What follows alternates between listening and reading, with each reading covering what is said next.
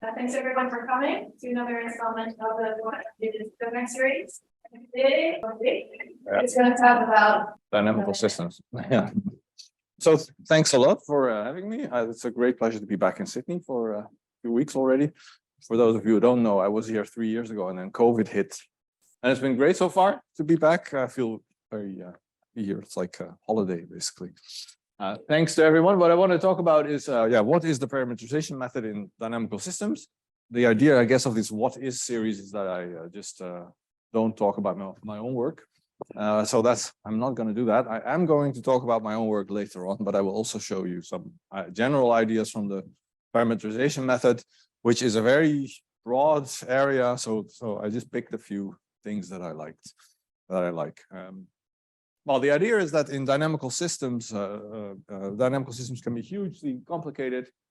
So what you see here is an example of a relatively simple dynamical system, the so-called Kirchhoff standard map. And as you can see here on the right, it's terribly complicated. So it's given by the formula up there. It's a map that takes the annulus into itself. So it takes a point in the annulus, which I have denoted here. Phi is the angular variable. It's a 2π periodic variable. It's a 1 periodic variable, and x over there. It takes a point phi x and it produces a new point phi x according to the formula up there. And then you can take a point and iterate it and see what where it goes.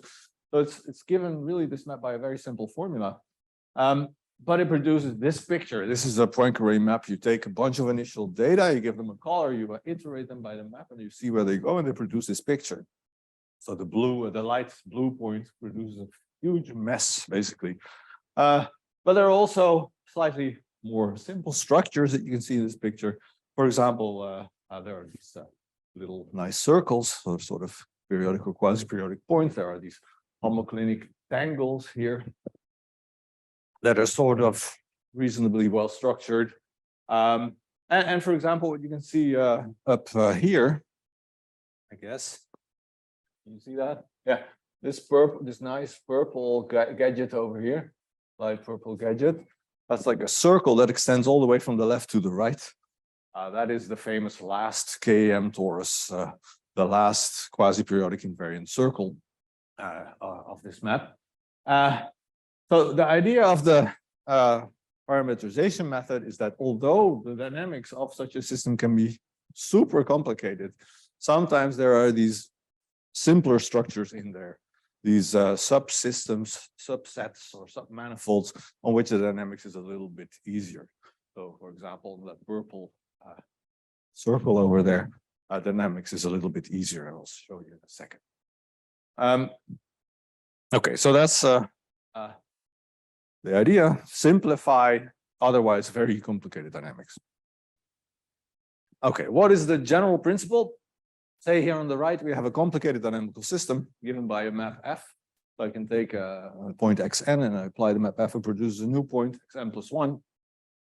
And I suspect that it has a slightly simpler substructure in there, so a manifold on which the dynamics is maybe a little bit simpler, or at least when I start in that manifold, I stay in that manifold. Then one way of saying that is that I can use a coordinate chart for that manifold on the left-hand side. And so that means that I have a map H, which goes from a lower dimensional space to our dynamical system. And in that coordinate chart, the dynamics takes the form of a lower dimensional map, little f. So this three-dimensional dynamics here in this picture on the right has a two-dimensional subset, which in this coordinate chart, two-dimensional coordinate chart, reduces the dynamics to a little map little f. And a better way of saying that is that it doesn't matter whether I take the point yn in the left corner there and first apply the low dimensional map on the left and then place it back here in high dimensional space via our embedding, or the other way around. I first place the point from there, from yn to xn. I go to the manifold on the right, on the above, and then apply the difficult map. So that means that this diagram commutes. In other words, we have this relation I put here. So this is called the conjugacy relation, or the semi-conjugacy relation between the simple dynamical system on the left and the complicated dynamical system on the right. And another way to put it is the simple dynamical system on the left is a subsystem of the complicated system on the right. So this guy is called the conjugacy equation. And that's this, yeah, the whole idea of the parametrization method is to try and find solutions to this conjugacy equation. And you can think of that in several ways. What is given to us is capital F, right? And the unknowns, if you want, are little f maybe, and the embedding h. But in various instances, you maybe also know little f, and you just want to find h, or other way around, you maybe know h, find f, etc. Well, that's the idea.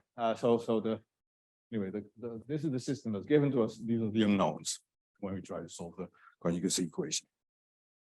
And so, for example, back to this standard map, this purple line that I showed you, or a circle that I showed you that goes from left to right, we actually know what the dynamics should be on there, because I called it a quasi-periodic torus or a KM torus. So the dynamics on that object is actually not an unknown. It is something we know. It should be super simple motion, quasi-periodic motion. I take an element on the standard circle. I take the point yn here on the standard circle, r mod z, and I just add a certain number to it, omega. So I rigidly shift it to the right by a certain amount, and I keep doing that. That if this omega is an irrational number, then it's quasi-periodic motion. And if there is a map H, little h, that conjugates this simple quasi-periodic motion to the map over there, the complicated map, then we are sure that there is something invariant quasi-periodic circle. So this, in this case, omega here is a very irrational number. It's the golden mean, and people have proved that there is a map going from left to right that conjugates this super simple quasi-periodic motion on the left to the complicated map on the right. So the proof is complicated. I will not even touch it. But the point is, in this case, the dynamical system on the left is known. You know sort of what you want to find, and then you try to prove that there is such a map, little f. So this typically you prescribe it as well. Yeah. So in this case, it's the golden mean. So you're sort of, yeah, you actually do know omega in this example, but in other examples it might be one of the unknowns, but then it's only a scalar. So in this example, the question is really to find the h, the embedding h of the circle, or at least to prove that it exists, for example. Here's another example that I will talk about a little later, where it's the opposite. So this is the example of slow-fast dynamics. So there are these systems in which some variables move quickly and others move slowly. So then in the phase space of such systems, you would have such a green manifold, which is called the slow manifold.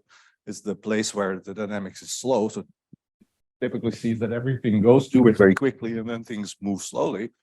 So in many cases, you know that such a thing exists. But the question is really what's happening on that manifold. So what's the dynamics on it?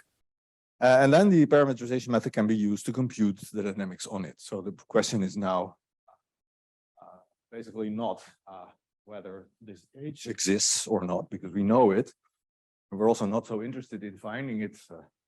We really want to know what the dynamics is on this manifold. that's the question. So then the question becomes finding the reduced dynamical system on the left side. So that's another way in which parametrization method might work. But this is all I want to say about that now. I'll come to it back later. So is the parametrization method really a method? I think it isn't. It's more like a philosophy. I think there are huge amounts of applications now of this philosophy. So people have used it on maps, on ODEs, but also on more fancy things like delay differential equations or PDEs or whatever fancy dynamical system you can think of. And it has been used to prove or find the existence of lots and lots of different features of those dynamical systems, lots and lots of different lower dimensional substructures, if you want, such as orbit segments, periodic orbits, stable and unstable manifolds, center manifolds. That's where I have been working on a little bit. Connecting orbits, slow manifolds, KM, tori, whatever. And what you want to do or what you want to prove about those objects depends a little bit on the application you have in mind. Sometimes you want to prove that they exist. Sometimes you want to, they exist. You want to extract more information, etc. So to me, it's not a method, but a philosophy, I would say, or how you say. Okay. So what I want to do is treat two instances of where this philosophy can be applied. I explained, I guess, the basic idea. So the first application that I thought was nice to show, but then when I was preparing, it actually turned out to be a lot more work. So I'm probably going to have to rush through it, is an alternative proof of the stable manifold theorem. So the stable manifold theorem is a well-known theorem in dynamical systems, but so what I want to show you is a way of proving it that uses the idea of the parametrization method. So I thought that was fun. It's going to be a proof of a statement that everybody has known forever, but nevertheless. And then after that, I want to talk about perturbation theory using the parametrization method. So that's where I have been working, for example, with Martin and Ian. So let's do this first thing first. So this is the setting. We have a discrete time map. Xn plus 1 is f of xn. Say it acts on a finite dimensional space, and it has a structure where it has mostly a linear map plus a small perturbation. And this linear map has a splitting. It has an expanding direction here vertically and horizontally it's contracting. So that's an example of a hyperbolic fixed point of the map. Right, and then it's well known that there is this so-called stable manifold, which is the local object there, this orange thing that consists of all the orbits that converge to the origin here. Also, if the g is not 0, right? So essentially, that says that this feature that you have in the linear system, that everything on the horizontal axis converges to 0, that feature remains a little bit perturbed as another deformed manifold. So I'm assuming that the linear map A has a structure like this: stable, unstable, contracting, expanding in two directions. I'm completely ignoring the fact that there could be other directions as well. I'm just assuming they're not there. And I have some estimates on those matrices. Hope this is clear. So what I want to show you is a way of proving this theorem that there is this map. So the strategy should be that this manifold should have an embedding, which is this H, and in local coordinates, the dynamics should be a little bit simple. In local coordinates on the manifold, the dynamic should be given by something like yn plus 1 is just the map, just a stable map, linear map, and then plus a small perturbation. So that's what I'm going to do. I have the map on the right. I try to conjugate it to the map on the left, which should be of that particular form, by a embedding. That's basically just embedding a line plus a little bit of wiggles to it. So you plug that in the equation, the conjugacy equation, you get something like this. I'm not even gonna explain it, but like this is like on the left-hand side, you went like this through the commuting diagram. On the right-hand side, you went like that, I think. And I'm going to rewrite that a little bit. So here on the top, I decompose that same equation into the top part, the horizontal part of the equation, and the vertical part of the equation. So okay, nothing specific. And now I shuffle this a little bit. So on the first one, I put the R, I leave it on the left-hand side and put everything else on the right. And then for the second one, I apply AU inverse to this equation, to the second equation, and then take everything to that side except for the AU/KU, take that to the other side, and I've applied AU inverse to it, so it's just KU. So then this conjugacy equation becomes R is something, KU is something, and And that's obviously like a fixed sort of fixed point equation, right? So I can call this K. So this is one of the strategies that people use basically all the time. You have a conjugacy equation, you rewrite it, so it becomes a fixed point equation somehow. And what are the unknowns? The unknowns are R, which is the local dynamics, the perturbation to the local dynamics on the coordinate chart for the stable manifold, and Ku, that is the horizontal part of the embedding, the vertical part of the embedding. So for example, I could take Ks, which is the horizontal part, just to be 0. So then Ku would be the function of which the manifold is the graph. But in applications, people will tend to like to take also Ks, so sort of elements along the graph. Now, of course, the strategy is simply to try and find fixed points for this equation. So when do we have a fixed point? Repetition of basic fixed point theory. Okay, we want some function space in which we have a contraction. Now, obviously, this operator is not going to be a contraction on the whole function space. It's going to be a contraction only on a small part of some function space. So basically, what we want to find is some ball in some function space or some subset of the function space on which the map is a contraction, and also the ball is kept invariant by the map. Basic nonsense, of course. Like, and again, what do I mean by function space? Well, we're looking for R and this part of the embedding Ku. So there are functions on the local chart, on the local coordinates. So why should this be a contraction? Just really quickly. Well, so you look at the contraction property, right? You look at the thing you want to estimate, and it's got a lot of terms. But most of them are sort of easy to estimate. Like if I want to estimate this one at the bottom here, this GU of something minus G of something else, right? I want to estimate that in terms of capital Ku minus little ku. And you say, well, like, if this GU is a little bit regular, then I can do that, can make that estimate. So, and on top of that, I have a small parameter, epsilon, that I can also tweak. So like if the estimate is too bad, then I make epsilon smaller and it gets better. So, but I want a little bit more smoothness for the GU than I want for the KU.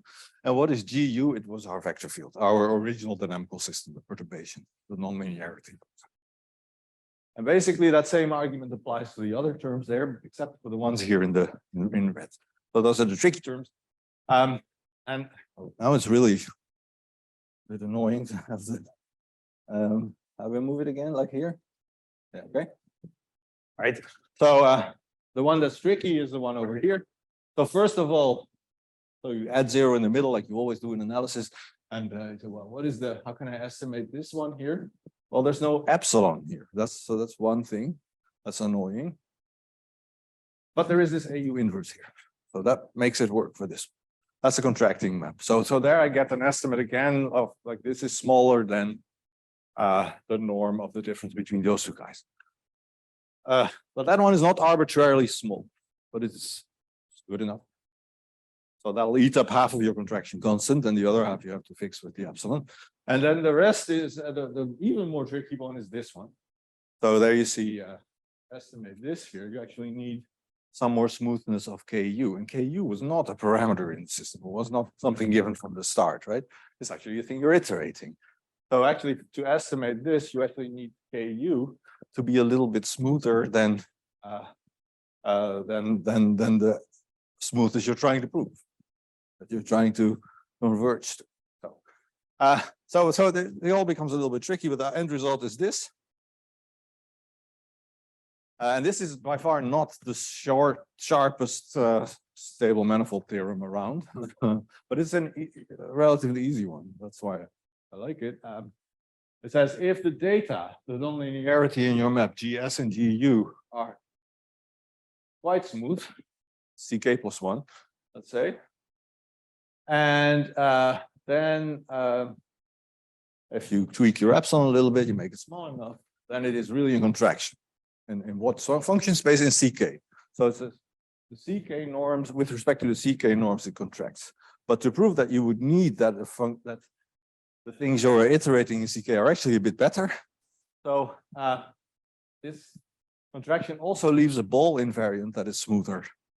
So it is a ball of functions that have a little bit more smoothness than CK. So you don't get some contraction with respect to that smoother norm, but you just know that it's bounded, and that suffices to prove that it's a contraction in CK.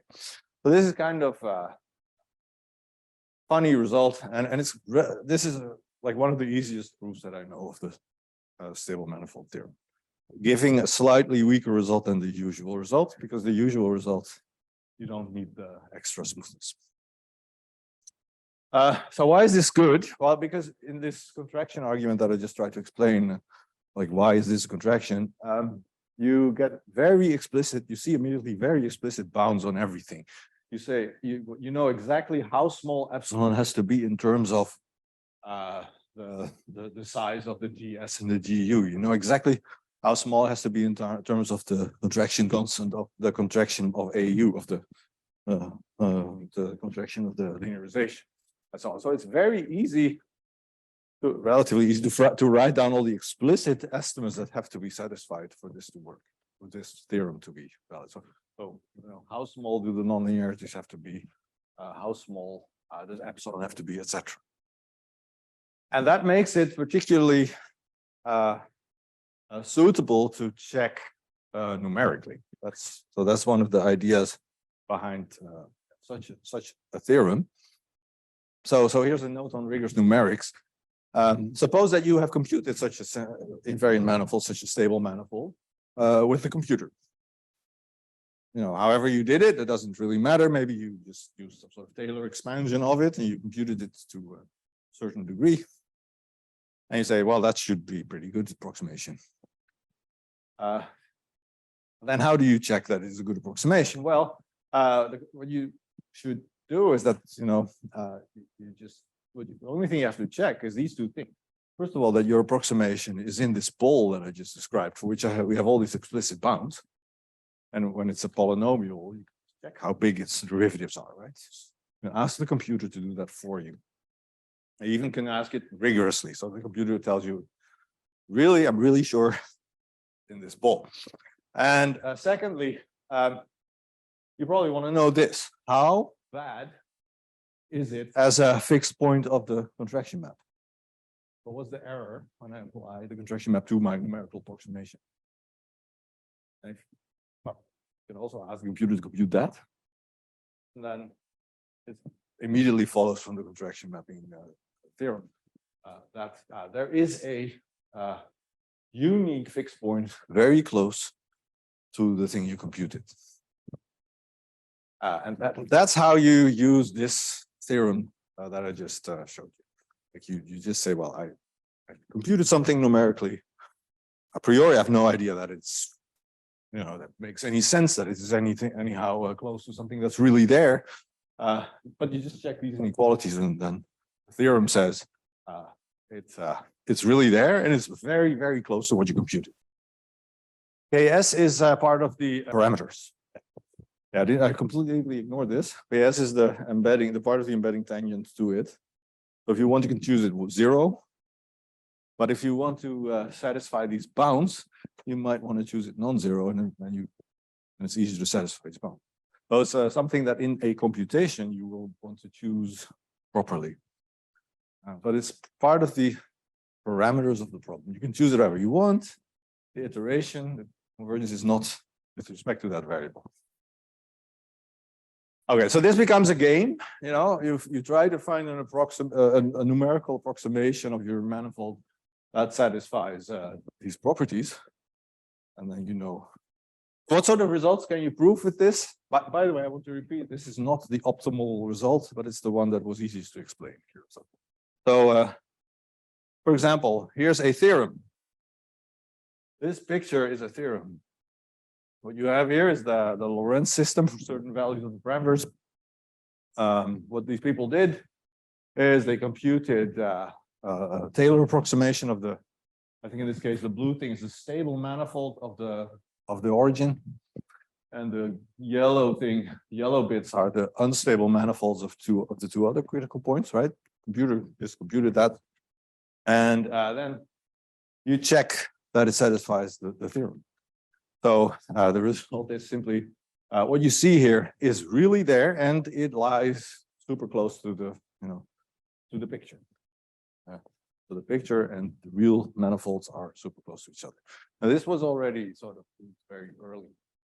And let me repeat, the proof here means that it was rigorously numerically verified that this approximation satisfies the requirements of the theorem and is sufficiently close to a fixed point of the. So it's that clear what I say this one. Oh yeah, by now they can make it a lot bigger. The green ones are orbit segments that have also been rigorously verified by a completely different method. But that's so here is a more recent theorem. This is the same system, but now what you see are stable and unstable manifolds of a periodic solution. So the green guy is a hyperbolic periodic solution. The blue set is an unstable manifold. The red set is a stable manifold, part of it at least. So you compute that using a sort of Fourier series in the periodicity around the thing, around the orbit, and Taylor expansion of the manifold. And there is an appropriate version of the theorem that I actually didn't talk about here. That also tells you what you need to check to be sure that they lie really there. So this is another theorem. This picture is again a theorem.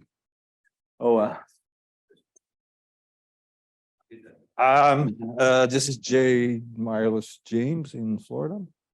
This. I'm not sure if they think that this is fancy, but they can probably do much more.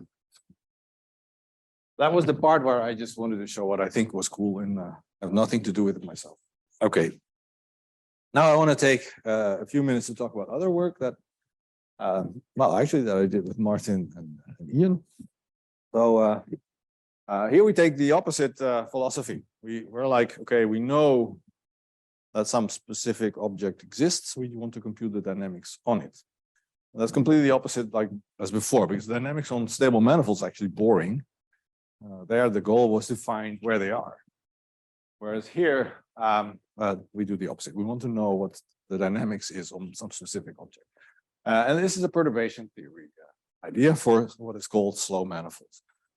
So you see such a slow manifold in the picture there. That picture was produced by Ian at some point. You have, okay, but let me first just explain what the setting is.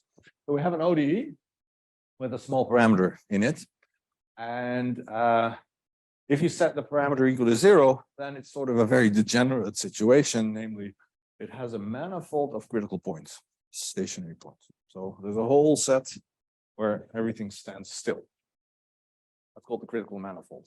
And then this theorem says if that manifold is normally hyperbolic, so if in the directions transverse to it, the dynamics is somewhat contracting or expanding, just like in the picture before, we had contracting and expanding directions, then it will still be there as epsilon is not too big, as epsilon is a bit bigger. So that theorem just tells you it's going to be there anyway. Don't worry about it. But the question is what happens to the dynamics on that? And basically anything could happen because it was everything was completely standing still. So everything could start moving in any direction basically to perturb this. So that's the question here. What is going to happen on that manifold? And here's an example of such a slow fast system. So this is a chemical reaction network. There are 3 species that are interacting in 3 reactions, but the reactions are one is fast, the next one is slow, and the next one is super slow. And then you get by mass action reaction kinetics, you get equations of that type. And you see that when you put epsilon and delta equal to 0, you have this system with whole manifold of steady states. That's this greenish guy over here.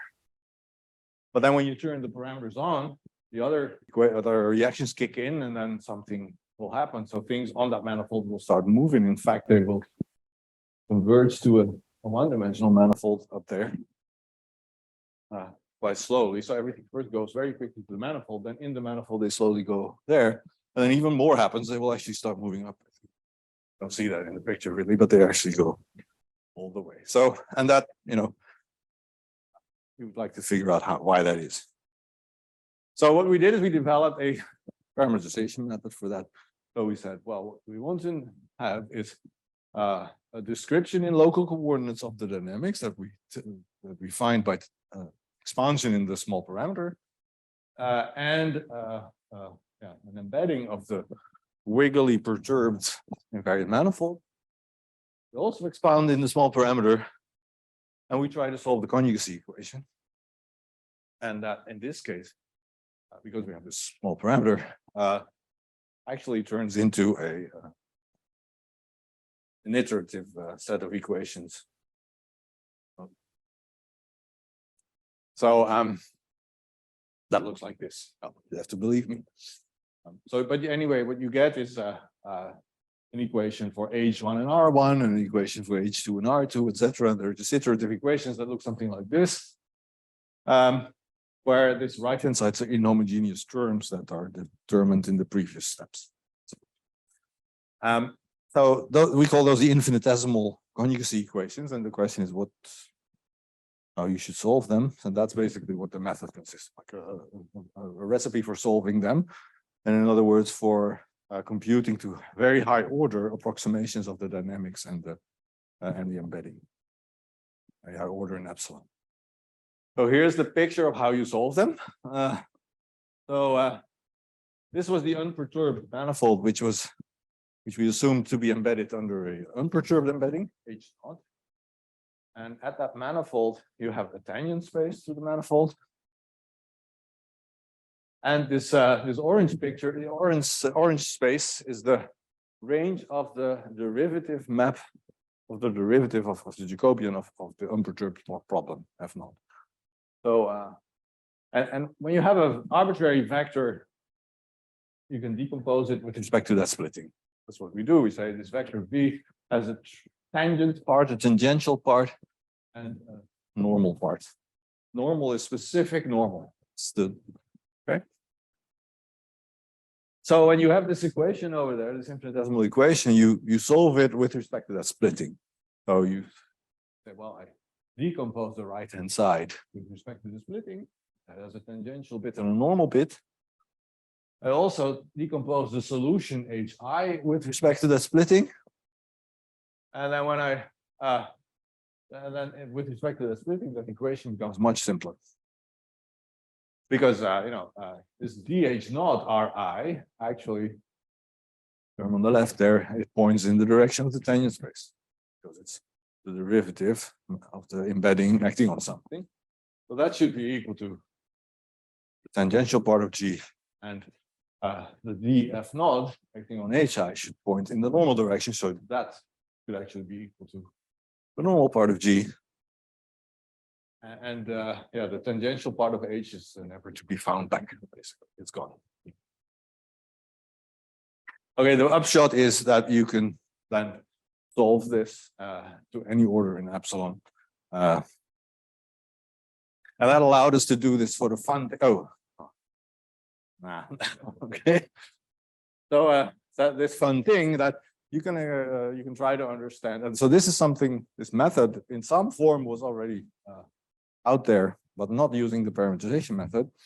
So what this can do now is study systems with multiple timescales. So what the good news is that you may start with such a problem and apply the method and get a description in local coordinates for the flow on the slow manifold. Picture here, but that might itself have another slow manifold inside, in the sense that the first order part has a set of zeros. How would you deal with that? Well, you just say I rescale time, I go to a sort of faster time, And then the epsilon is out, and I'm back in the same situation as before, and then I can do that again. So in that way, what you can do is study systems with multiple time scales in what is called a non-standard setting, but I'm not going to explain what that means. So here's a fun example. This is a system which has only one small parameter. So you would say, well, it has a fast dynamics, which is just this here, without the epsilon. And it has a slow process, which has one small parameter epsilon. But this method allows you to compute, and actually here you can do it by hand anyway, like this to say that actually the dynamics of the X-place has more than two, this actually has 3 timescales. So it first converts to the slow manifold, and then inside that slow manifold, there's another even slower manifold. This is, in this case, as I said, as you can just deal with by hand, but in general, that might not be the case. So it's somewhat surprising that with just one small parameter, you can have multiple hidden timescales. I'm going to look at my clock. Okay, I take 2 minutes to advertise some more stuff that we did recently. This is joint work with Eddie and Søren. And it's sort of a generalization to coupled oscillator systems of this previous method. And I think kind of funny. So this is relevant because people are interested in coupled oscillatory processes. They arise, for example, in neuroscience or so. And so the setting is the following. You take a bunch of dynamical systems, each of which has a periodic solution, hyperbolic periodic solution, like the one in the picture there. And I have another one here, another dynamical system, which also has a hyperbolic periodic solution, etc. And then I couple them together. I let them talk to each other, but only weakly with a small parameter epsilon. So before I do that, before I let them talk to each other, their dynamics is really simple. The product of these circles in the high dimensional phase space is a torus. And the flow of that torus is just rectilinear, just lines. So before we're coupling them, you have an embedding and a local representation of the dynamics, which is this here. And now you couple them, right? So this is this embedding, puts the standard torus into high dimensional phase space. And now you couple them and you wonder, what does the dynamics become on this perturbed object? And the efficient way of doing of computing that is by describing it locally here in this coordinate chart again. That's called phase reduction, and there are many methods out there to do it. The classical methods are all first order in the small parameter epsilon. And only in the recent 3 or 4 years, I've seen a few papers where they tell you how you should do it to higher order in epsilon. But those methods only work in specific cases, in simple examples with rotational symmetry or very specific examples. So now what we did, we made a sort of a completely general theory here. Now, how you do this now for the trick is to figure out what are these normal directions that you have to define that we had in the case of slow manifolds. What are they here? And they're actually quite easy to find, but this has not been noted apparently by other people. So here is the last slide example, maybe a baby example. These are for the experts on the left. I have 3 so-called Stewart-Landau oscillators. So those are Hopf normal forms, as it were. So their phase spaces look like that. They're perfectly circular periodic solutions that are hyperbolic, so might be attracting or repelling. And they are weakly coupled by some parameter epsilon over there. And so what we did is we just basically applied the method and to describe the effective dynamics on a 3-dimensional torus, which are the 3 phases of this object. And so the outcome is that you can actually go through this computation and see what happens. Now the setup here is that we have chosen the first and the third oscillator to be the same and the middle to be different. But the first and the third don't talk to each other. So They only communicate via the one in the middle. So yeah, that means that to order epsilon, really nothing interesting is happening. So you want to really compute to a higher order. So that's what we did. And here's the effective equation. The capital phi dot is something. It's epsilon squared times something. And capital phi is the phase difference between the first and the third. So this equation governs basically their dynamics. And I just learned this week that that's called an Adler equation, but didn't know that before. And you have explicit expressions for these coefficients, which are horrible. But anyway, apparently you can compute it by hand. So that's what this predicts is that on this time scale order epsilon squared, actually these guys must synchronize. And they synchronize to either a fully symmetric state or a slightly asymmetric state, depending on the values of these. So here are some numerics to corroborate that.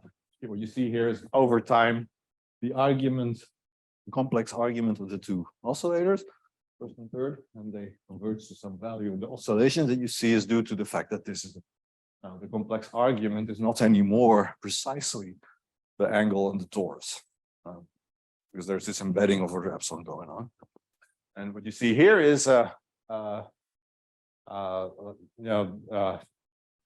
time scale of synchronization versus epsilon. So you could say you could define something like a time scale of synchronization. You take an initial point, you let the flow go, and after once they are synchronized up to 5%, you call that you say they're synchronized. What you see here is that the red dots are these time scales of synchronization in a numerical experiment for various values of epsilon versus artificially drawn line of slope -2. So they seem to work perfectly. It seems to predict exactly the same thing, the right thing. I'm not sure why we did the numerics. I'm always like, I've proved it, I'm done. But some people like to see it in a picture as well, like in a numerical simulation as well. So this is really fun stuff. I like this a lot, and I'm actually really excited to talk about possible applications of this method here, because there's all these people who do coupled oscillators. So let me know if you know a nice application of this. I'm very happy to talk. That's all. Thank you for listening. Any questions for Bob? Could you directly find an embedding of the superstar without first going to So first of all, Martin says you're not allowed to call it a super slow manifold. Okay, but I forgot the argument. I think the answer is no, actually. I don't know what you think about this, but I think we don't have a direct way to compute the dynamics on the super slow manifold. The super slow manifold itself is just the zero set of this first order reduced vector field. So that's something you can define and compute in the original coordinates, but the dynamics on it is not so easy to compute unless you go to a local coordinate system. That's basically the thing that this one. Yeah, so that is a coincidence because it's a bit of a simple example.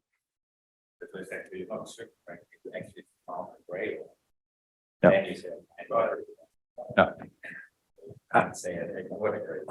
What I think what you're asking for is there a way to project stuff in the higher dimensional space? And that there's a problem with timescales for sure. And it's also not clear how to compute that thing to start with, because the original slow manifold was defined as a zero set of the first order part F0. The infra slow manifold, as we called it, is not the zero set of F1. And it's also not the intersection of the zero set of F0 and F1, for example. So it is actually a zero set of some projection of F1 onto F0 is 0. So that's the first complication. And the second complication is then what do you have to do with, for example, F2 to compute the reduced dynamics on that object? in fact, you do not project F2 on that object. They'll give you the wrong answer. So I think our conclusion was it's much more efficient to actually, do a reduction, do it in stages, and then yeah. As you can see in the picture, question, like how do you project the that goes down and then like that? How do you change it down? Yeah.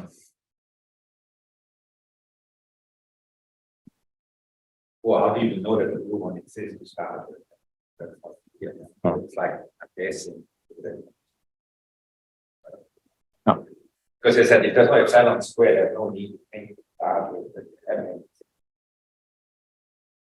I guess what Section of one of the is actually like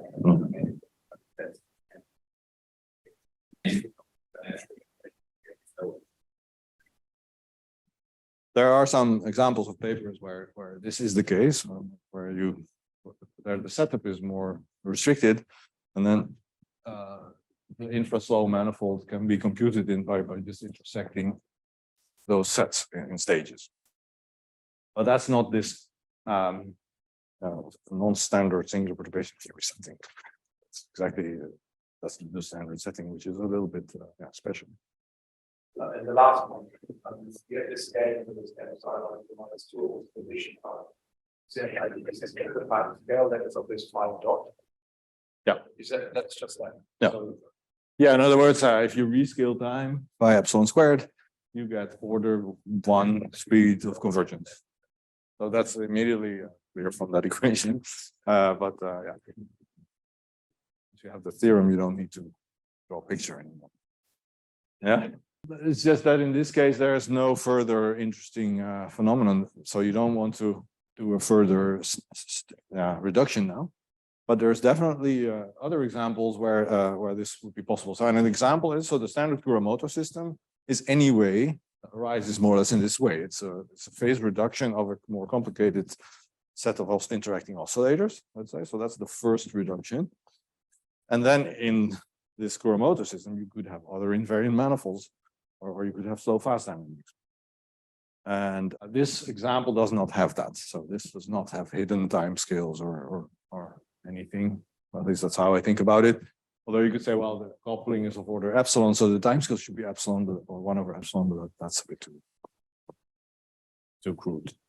In principle, if you come up with a slightly more interesting system, you could have slow and infraslow variables or manifolds or whatever.